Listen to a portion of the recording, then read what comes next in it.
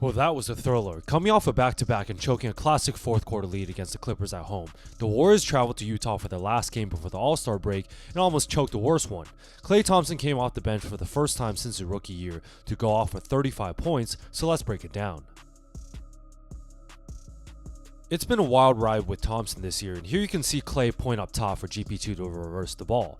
When Looney gets it, Payne sets an uncomplicated pin down screen. Knowing that the Jazz will not switch these off-ball picks, Klay pops out and gets open for the 3-ball. Easy basketball.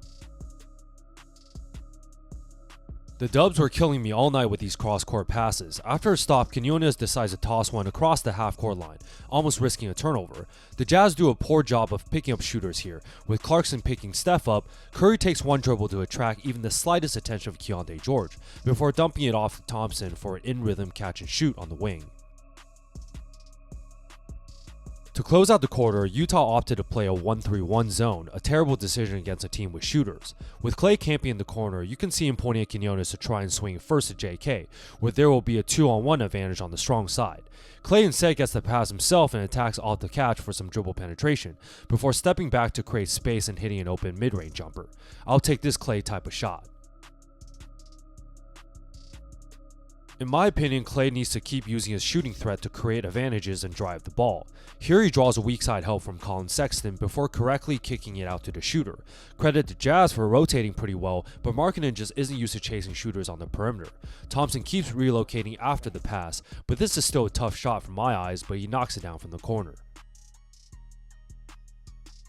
This was an interesting miscommunication. With Draymond dribbling the ball on the weak side, Steph Curry kinda sets a screen, but the Jazz proceed to automatically switch this off-ball action.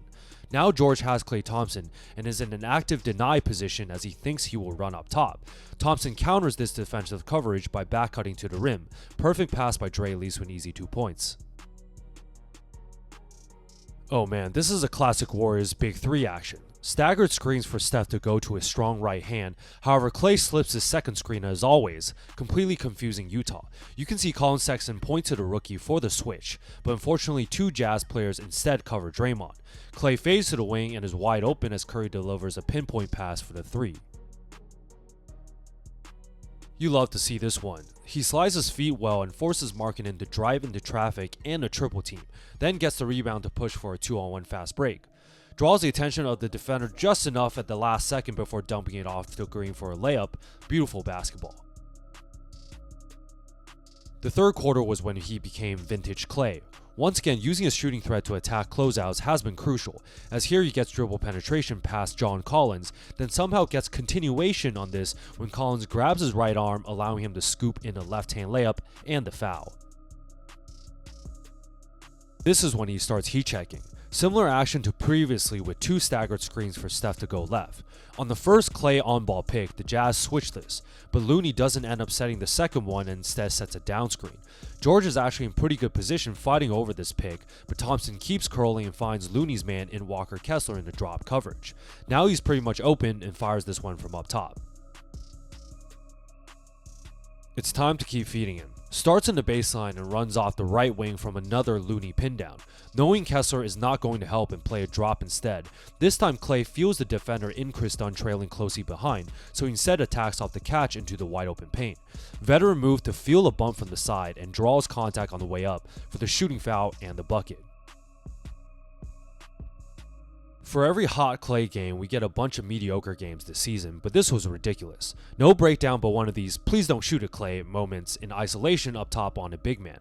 I guess these are the times that I'm okay with him heat checking since he's having an absolutely crazy game, but this hezzy pull has got me weak.